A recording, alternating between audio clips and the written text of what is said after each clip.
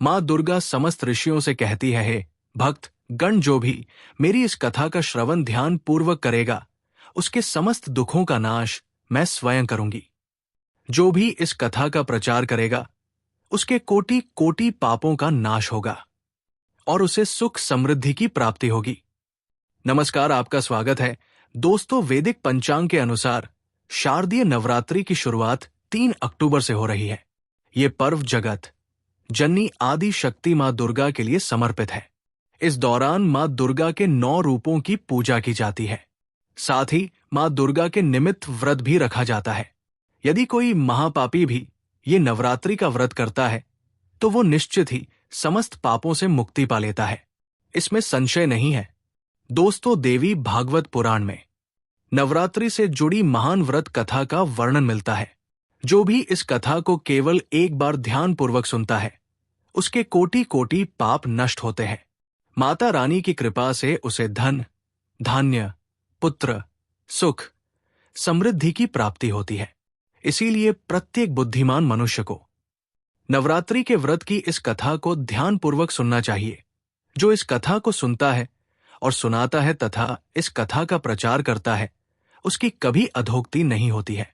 आइए आपको सुनाते हैं नवरात्रि व्रत की महान कथा। एक समय की बात है। भगवान शिव कैलाश पर्वत पर ध्यान मग्न होकर बैठे हुए थे। तभी देवर्षि नारद अपने हाथ में वीणा लेकर कैलाश पर्वत पर उपस्थित होते हैं। देवर्षि को देखकर महादेव अत्यंत प्रसन्न होते हैं और उनसे कहते हैं, पधारिए देवर्षि, आज किस प्रयोजन से कैलाश पर आपका आगमन हुआ है? देवर्ष कहते हैं, हे देवादि देव महादेव, आपको कोटि कोटि प्रणाम।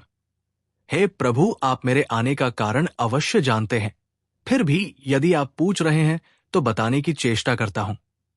है प्रभु, मैं आपके पास नवरात्र के व्रत का महात्म्य सुनने के उद्देश्य से आया हूं। ये व्रत क्यों रखा जाता है? इस व्रत को करने से कौन सा फल प्राप्त होता है? इस व्रत की विधि क्या है तथा इस व्रत के नियम क्या है? कृपया आप मुझे इस सब बातों का ज्ञान प्रदान कीजिए। महादेव कहते हैं, क्नॉइस, हे देवर्षि, आज आपने उत्तम प्रश्न किया है। आपके माध्यम से समस्त संसार को इस व्रत का महात्म्य पता चलेगा। इसीलिए आप ध्यान से सुनिए। आज मैं आपको इस व्रत का महात्म्य सुनाता हूं तथा इस व्रत को करने की विधि और नियम भी बताता हूं। किंतु उससे पहले मैं आपको नवरात्र के व्रत की एक महान कथा सुनाता हूं। जो भी मनुष्य इस कथा का श्रवण करता है, उसके समस्त पापों का नाश होता है, उसकी दरिद्रता का भी नाश होता है। इसीलिए आप इस कथा को ध्यान से पूरा सुनिए और इसका प्रचार कीजिए। देवर्ष कहते हैं, हे प्रभु, कृपया आप मुझसे वो कथा कहिए। मैं इसे ध्यान से पूरा सुनूंगा और इसका प्रचार करूंगा। तब भगवान शिव देवर्ष नारद को कथा सुनाने लगते हैं। हे देवर्षि, पूर्वकाल की बात है। कोसल देश में एक अत्यंत दीन दरिद्री, धनहीन एवं विशाल कुटुंब वाला सुशील नाम का एक वैश्य रहता था। उस वैश्य की अनेक संतानें थी जो कोई काम नहीं करती थी और धन के अभाव से हमेशा दुखी रहा करती थी। उनके पास करने के लिए भी कोई उद्योग नहीं था। रात्रि में जो कुछ भी खाने को मिल जाता, वो वैश्य उसे अपनी संतानों को खिला देता था और जो कुछ भी बच जाता उसी से अपना पेट भर लेता था। पूरा परिवार दिन भर भूखा रहता था और केवल रात्रि को ही कुछ थोड़ा सा अन्न खा लिया करता था। इस प्रकार से वो वैश्य स्वयं भूखा रहकर दूसरों का काम करके अपने परिवार का पालन पोषण कर रहा था। वो वैश्य स्वभाव से अत्यंत निर्मल और सज्जन था। वो धर्मपरायण, शांत, सदाचारी, सत्यवादी, क्रोध न करने वाला, धैर्यवान और अभिमान रहित था। वो प्रतिदिन देवताओं और पितरों का पूजन करता था। अपने द्वार पर आए हुए अतिथियों की पूजा किया करता था और सभी को भोजन कराने के बाद जो कुछ भी बच जाता उसी से अपना गुजारा चला लिया करता था। कुछ समय बीतने के बाद एक विद्वान ब्राह्मण उस सुशील नाम के वेश्या के घर पर आया। सुशील ने ब्राह्मण को दान देकर उनका स्वागत सत्कार किया तथा उन्हें हाथ जोड़कर प्रणाम करके अत्यंत व्याकुल होकर उस ब्राह्मण से इस प्रकार से कहने लगा है, ब्राह्मण देवता, यदि आप हमारे अतिथि धर्म से प्रसन्न हैं, तो क्या हम आपसे कुछ पूछ सकते हैं? वो ब्राह्मण कहने लगा, हे महात्मा, आपकी चर्चा तो चारों तरफ है कि आप एक महान दानी हैं। आप अतिथियों का स्वागत प्रेम से करते हैं, इसी कारण से मैं आपके पास आया हूं। कृपया आप संकोच न करते हुए आपकी जो भी शंका हो पूछ लीजिए। तब वो वैश्य कहता है, हे ब्राह्मण देवता, कृपया करके आप मुझे बताइए कि मेरी दरिद्रता का नाश निश्चित रूप से कैसे हो सकता है। इस दरिद्रता के कारण मैं अपने परिवार का पालन पोषण नहीं कर पा रहा हूं। हे ब्राह्मण देवता, मुझे धन की अभिलाषा नहीं है, किंतु मैं आपसे कोई ऐसा उपाय पूछ रहा हूं जिससे मैं अपने कुटुंब का पालन पोषण करने के लिए समर्थ हो जाऊं। मेरे पुत्र पुत्रियां भूख से पीड़ित होकर भोजन के लिए बहुत रोते हैं, और मेरे घर में इतना भी अन्न नहीं रहता कि मैं उन्हें मुट्ठी भर अन्न दे सकूं। उनका दुख मुझसे देखा नहीं जाता। आज मैंने अपने रोते हुए बालकों को घर से निकाल दिया है और वे कहीं चले गए हैं, इसलिए मेरा हृदय शोकागन्य में जल रहा है। धन के अभाव में मैं क्या करूं? मेरी पुत्री भी विवाह के योग्य हो गई है, किंतु उसका विवाह करने के लिए मेरे पास कुछ भी नहीं है। कन्यादान का समय भी बीता जा रहा है। हे विप्रेंद्र, इसी कारण से मैं चिंतित हूं। हे दयानिधान, आप तो विद्वान हैं, आप अवश्य ही मुझे कोई ऐसा तप, मंत्र, व्रत तथा उपाय बताइए जिससे मैं अपने परिवार का पालन पोषण करने में समर्थ हो जाऊं। हे महाभाग, आपकी कृपा से मेरा परिवार सुखी हो सकता है। कृपया आप अपने ज्ञान के बल से विचार करके मुझे कोई उपाय बताइए। इस प्रकार से उस वैश्य के द्वारा याचना करने पर उस ब्राह्मण ने बड़ी ही प्रसन्नतापूर्वक उस वैश्य से कहा, है वैश्यवर्य, मैं तुम्हारे दुख का कारण समझ चुका हूं। तुम चिंता मत करो, मैं तुम्हें अवश्य ही उपाय बताता हूं। तुम अब नवरात्रि के व्रत का अनुष्ठान करो।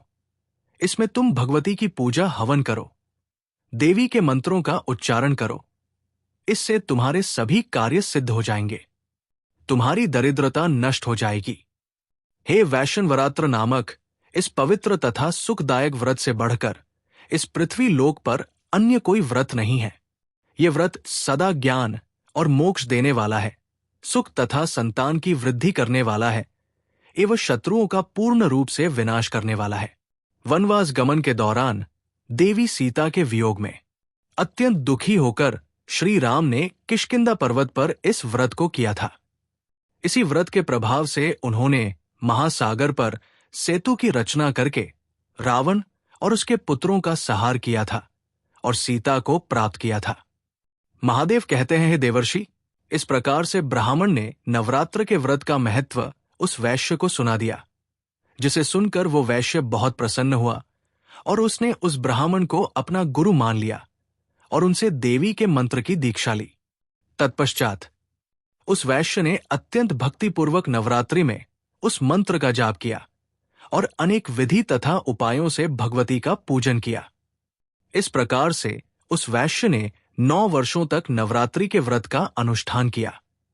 फिर 9वें वर्ष के अंत में अष्टमी तिथि को अर्धरात्रि आने पर साक्षात माहेश्वरी ने उस वैश्य को दर्शन दिए और कहा, है पुत्र, मैं तुम्हारी भक्ति और पूजा से अत्यंत प्रसन्न हूं।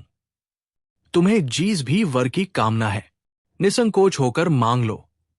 तुम्हें जो चाहिए वो मैं तुम्हें प्रदान करूंगी। साक्षात मां दुर्गा को अपने सामने खड़ा हुआ देखकर उस वैश्य का अंग अंग कांपने लगा।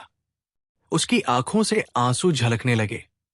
मां दुर्गा के उस अद्भुत दिव्य स्वरूप को देखकर वो वैश्य हर्ष से उत्साहित होने लगा। फिर उस वैश्य ने माता को प्रणाम करके कहने लगा, है मां, मैं आपके दर्शन करके ही धन्य हो गया। माता, आपके दर्शन अत्यंत दुर्लभ है। आप तो सचमुच त्रिलोक सुंदरी, सर्वशक्तिमान, समस्त संसार की जननी है। मुझ जैसे साधारण भक्त को आपने दर्शन देकर बड़ा उपकार किया है। हे मां, अब मेरे मन में कोई कामना नहीं है। आपके दर्शन से ही मेरे सारे दुख मिट गए हैं। मां, केवल मुझ पर इतनी कृपा कीजिए कि मेरे पुत्र पुत्रियां को पर्याप्त भोजन प्राप्त हो, जिससे उन्हें नित्य भूखा न सोना पड़े। सुशील की विनम्रता और उसकी निराश्रित स्थिति देखकर मां दुर्गा ने मधुर मुस्कान के साथ कहा, है पुत्र, मैं तुम्हारी सच्ची भक्ति और तुम्हारे तप से प्रसन्न हूं। तुम्हारी दरिद्रता का अब अंत होगा। तुम्हारा घर धन धान्य से भर जाएगा और तुम्हारे परिवार की सारी समस्याएं समाप्त हो जाएंगी। तुम्हारे बच्चों को भी अच्छा भविष्य मिलेगा और तुम्हारी पुत्री का विवाह भी जल्द ही होगा। तुम्हारी पीढ़ियां सुख और समृद्धि से पूर्ण होंगी। इतना कहकर देवी दुर्गा अंतर्धान हो गई। उसी क्षण सुशील वैश्य का घर प्रकाश से भर गया और उसकी दरिद्रता समाप्त हो गई। देखते ही देखते उसके छोटे से घर की जगह एक विशाल महल खड़ा हो गया। उस महल में स्वर्ण, मणियों और बहुमूल्य रत्नों का भंडार भर गया। उसकी सारी संतानें खुश और तृप्त हो गई। सुशील के पास अब न केवल अपने परिवार के लिए अन्न था, बल्कि वह दूसरों की भी मदद कर सकता था। समय बीता और सुशील वैश्य की पुत्री का विवाह धूमधाम से संपन्न हुआ। सुशील वैश्य ने अपनी भक्ति और श्रद्धा को कभी नहीं छोड़ा और मां दुर्गा के प्रति आभार व्यक्त करता रहा। उसका जीवन अब आनंद और समृद्धि से भरपूर हो गया था। उसके परिवार ने भी मां दुर्गा के प्रति भक्ति और समर्पण को अपनाया और वे सभी मां के आशीर्वाद से सुखी जीवन व्यतीत करने लगे। भगवान शिव कहते हैं, हे देवर्षि, इस प्रकार से मैंने आपको नवरात्रि के व्रत की महान कथा सुनाई है। इस कथा को सुनने मात्र से ही नवरात्रि का व्रत सफल हो जाता है। पूरे नवरात्र भर उपवास करने में असमर्थ लोगों के लिए 3 दिन का उपवास भी यथोक्त फल प्रदान करने वाला बताया गया है। भक्ति भाव से केवल सप्तमी, अष्टमी और नवमी इन 3 रात्रियों में देवी की पूजा करने से सभी फल सुलभ हो जाते हैं। पूजन, हवन, कुमारी पूजन तथा ब्राह्मण भोजन इनको संपन्न करने से वो नवरात्र व्रत पूरा हो जाता है। इस पृथ्वीलोक में जितने भी प्रकार के व्रत एवं दान हैं, वे इस नवरात्र व्रत के तुल्य नहीं हैं, क्योंकि ये व्रत सदा धन धान्य प्रदान करने वाला, सुख तथा संतान की वृद्धि करने वाला, आयु तथा आरोग्य प्रदान करने वाला और स्वर्ग तथा मोक्ष देने वाला है। विद्या, धन अथवा पुत्र इनमें से मनुष्य किसी की भी कामना करता हो, उसे इस सौभाग्यदायक तथा कल्याणकारी व्रत का विधि पूर्वक अनुष्ठान करना चाहिए। इस व्रत का अनुष्ठान करने से विद्या चाहने वाला मनुष्य समस्त विद्या प्राप्त कर लेता है और अपने राज्य से वंचित राजा फिर से अपना राज्य प्राप्त कर लेता है। पूर्व जन्म में जिन लोगों द्वारा ये उत्तम व्रत नहीं किया गया है, वे इस जन्म में रोगग्रस्त, दरिद्र तथा संतान रहित होते हैं। जो स्त्री बंध्या, विधवा अथवा धनहीन है, उसके विषय में ये अनुमान कर लेना चाहिए कि उसने अवश्य ही पूर्व जन्म में ये व्रत नहीं किया था। जिस मनुष्य ने दुख तथा संताप का नाश करने वाली, सिद्धियां देने वाली जगत में सर्वश्रेष्ठ, शाश्वत तथा कल्याण स्वरूपिणी भगवती की उपासना नहीं की, वो इस पृथ्वी तल पर सदा ही अनेक प्रकार के कष्टों से ग्रस्त, दरिद्र तथा शत्रुओं से पीड़ित रहता है। हे देवर्षि, अब मैं आपको इस व्रत से जुड़े नियम बताता हूं। इसे ध्यान से सुनिए। नवरात्रि के व्रत का आरंभ तब होता है जब मनुष्य दृढ़ निश्चय और शुद्ध हृदय से व्रत करने का संकल्प लेता है। ये संकल्प ही उस यात्रा का आरंभ है जो व्यक्ति को देवी दुर्गा की कृपा तक पहुंचाता है। जब कोई व्रती देवी दुर्गा की उपासना के लिए व्रत का संकल्प करता है, तो उसे अपना मन और शरीर शुद्ध रखना चाहिए। शुद्धता केवल बाहरी नहीं, बल्कि मन की आंतरिक पवित्रता भी आवश्यक है। यही कारण है कि व्रत का आरंभ संकल्प से होता है, जिसमें व्यक्ति अपने आप को देवी दुर्गा के चरणों में समर्पित कर देता है। व्रत के दौरान भोजन का विशेष ध्यान रखा जाता है। केवल वही अन्न ग्रहण करना चाहिए जो पवित्र हो और बिना तामसिक पदार्थों के बना हो। यदि कोई पूरे 9 दिनों तक उपवास कर सकता है, तो ये श्रेष्ठ माना जाता है। लेकिन यदि शारीरिक कारणों से ऐसा संभव न हो, तो फलाहार या एक समय का भोजन ग्रहण किया जा सकता है। भोजन में सात्विकता होनी चाहिए, अर्थात प्याज, लहसुन और मांसाहारी से दूर रहना चाहिए। संयम से जीवन जीना ही सच्ची उपासना है। जब तुम देवी दुर्गा की आराधना करो, तो उन्हें केवल फूल, धूप और दीपक से नहीं, बल्कि अपने हृदय की भक्ति से अर्पित करो। देवी को लाल पुष्प विशेष प्रिय होते हैं, इसलिए उनकी पूजा में लाल फूल चढ़ाना उत्तम है। लेकिन इससे भी अधिक महत्वपूर्ण है अपने मन का पूर्ण समर्पण पूजा के समय। अपने मन को देवी दुर्गा के 9 स्वरूपों में से हर एक रूप के प्रति समर्पित करो। हर दिन एक रूप की पूजा करो और उनकी शक्ति का ध्यान करो। पूजा के साथ साथ उनकी महिमा का गान करना, उनकी कहानियों को सुनना और सुनाना भी अत्यंत शुभ माना जाता है। व्रत के इन दिनों में क्रोध, लोभ, मोह और द्वेष से दूर रहना चाहिए। ये समय है आत्मनियंत्रण और साधना का। अपने मन में सत्य, अहिंसा और संयम के नियमों का पालन करो। इस दौरान अपने शब्दों और कर्मों से किसी का दिल ना दुखाओ। ये व्रत केवल शरीर को कष्ट देने का नहीं, बल्कि आत्मा को शुद्ध करने का समय है। जितना अधिक तुम अपने मन और हृदय को पवित्र रखोगे, उतनी ही देवी दुर्गा की कृपा तुम पर बरसेगी है।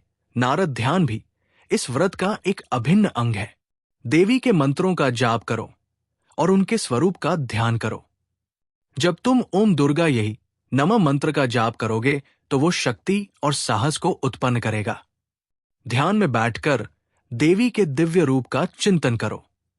उनकी महिमा को स्मरण करो, जिससे तुम्हारे भीतर की नकारात्मकता दूर हो जाएगी और शांति का अनुभव होगा। जब नवरात्र के अंतिम दिन आते हैं तो देवी की कृपा को पाने के लिए कन्याओं का पूजन करना अत्यंत महत्वपूर्ण है। कन्याएं देवी का ही रूप मानी जाती है, इसलिए 9 कन्याओं को आमंत्रित करके उनकी सेवा करो। उन्हें भोजन कराओ, उनके पैर धोकर आशीर्वाद लो। ये पूजन तुम्हारी साधना को पूर्णता की ओर ले जाएगा। और हां, इस व्रत के दौरान तामसिक आहार से दूर रहना आवश्यक है। मांस, मदिरा और तामसिक वस्त्रों से दूरी बनाकर रखनी चाहिए। व्रती को एकदम सात्विक जीवन जीना चाहिए, जिससे उसकी साधना में कोई विघ्न ना हो। ये 9 दिन केवल तपस्या के दिन नहीं है, ये आत्मिक जागरण के दिन है। भगवान शिव ने नारद को नवरात्रि के व्रत का महत्व समझाते हुए कहा, यह व्रत केवल सांसारिक इच्छाओं की पूर्ति के लिए नहीं, बल्कि आत्मा की उन्नति के लिए है। जो श्रद्धा और भक्ति से इस व्रत का पालन करता है, वह देवी दुर्गा की कृपा से सारे कष्टों से मुक्त हो जाता है और उसकी सभी इच्छाएं पूर्ण होती है। इसलिए है नारद, जो भी इस व्रत का संकल्प ले, उसे तन, मन और आत्मा की पूर्ण पवित्रता के साथ इस साधना को करना चाहिए। इस प्रकार से भगवान शिव ने नारद जी को नवरात्रि का महात्मा और कथा सुनाई है। दोस्तों, अब जानते हैं नवरात्रि में मिलने वाले संकेतों के बारे में। अगर आपको भी ऐसे संकेत मिलते हैं तो मां दुर्गा आप पर प्रसन्न है। दोस्तों, नवरात्रि में मां की पूजा करते समय अगर आपको ऐसा प्रतीत हो रहा है कि मां की मूर्ति आपको देखकर मुस्कुरा रही है अथवा मां दुर्गा के होंठ हिल रहे हैं, आपको अचानक ही ऐसा महसूस हो कि मां दुर्गा आपकी तरफ ही देख रही है, तो ये बड़ा ही शुभ संकेत है। यदि आप मां के चरणों पर अपना माथा टेकते हैं और अचानक ही कोई फूल आपके ऊपर गिर जाता है, तो ये संकेत है कि मां आपकी भक्ति से अत्यधिक प्रसन्न है। आपकी कोई मनोकामना अवश्य ही पूर्ण हो जाएगी। दूसरा संकेत, दोस्तों, यदि नवरात्रि में आपके द्वार पर कोई कन्या लाल वस्त्र धारण करके पधारती है, उस कन्या को देखकर आपका मन अत्यंत प्रसन्न हो जाता है, तो ये बहुत ही शुभ संकेत है। आपको उस कन्या को कोई भेंट वस्तु अवश्य देनी चाहिए। साक्षात मां दुर्गा ही उस कन्या के रूप में आपको संकेत दे रही है। और यदि नवरात्र में आपके सपने में कोई कन्या दिखाई पड़ती है जो आपको देखकर बार बार मुस्कुरा रही है, तो आपको समझ लेना चाहिए कि मां आपकी भक्ति से बहुत प्रसन्न है और अब आपके जीवन से बुरा समय समाप्त होने वाला है। तीसरा संकेत, यदि आपको सपने में मां के पदचिन्ह दिखाई पड़ते हैं और आप उन पदचिन्हों का पीछा कर रहे हैं, लेकिन आपको मां दुर्गा कहीं पर भी दिखाई नहीं पड़ती है, आप सपने में मां को खोजने के लिए इधर उधर भाग रहे हैं, तो ये भी एक शुभ संकेत है। अगर आपको भी ऐसा सपना आता है तो आपके दुखों का अंत होगा। घर में यदि कोई बीमार है तो वो भी पूर्ण रूप से स्वस्थ हो जाएगा। चौथा संकेत, दोस्तों, यदि आप मां दुर्गा की आरती अथवा आराधना कर रहे हैं और आप मां की भक्ति में पूर्ण रूप से डूब गए हैं और अचानक ही आपकी आंखों से आंसू आने लग जाए, आपके मन में एक विचित्र भाव प्रकट हो जाए जिसे आप समझ नहीं पा रहे हो, तो ये मां का ही संकेत है। आपके हृदय में माता ने प्रवेश कर लिया है और अब आपकी कोई इच्छा अवश्य ही पूर्ण होगी। 5वां संकेत, यदि नवरात्रि में आपके पास मां दुर्गा की प्रिय वस्तुएं बार बार आने लगती है, जैसे मां का श्रृंगार का सम्मान, माता के लाल फूल, माता की लाल चुनरी आदि चीजें आपके हाथ में बार बार आने लग जाएं, तो इसे शुभ संकेत ही समझना चाहिए। तो दोस्तों, इस प्रकार से भगवान शिव जी ने नारद जी को नवरात्रि के व्रत का महात्म्य सुनाया है। आपको ये कथा कैसी लगी? कमेंट करके अवश्य बताएं। जानकारी अच्छी लगी तो वीडियो को लाइक जरूर करें। कमेंट में जय मां दुर्गा अवश्य लिखें। साथ ही चैनल को सब्सक्राइब करें। आप सभी का धन्यवाद।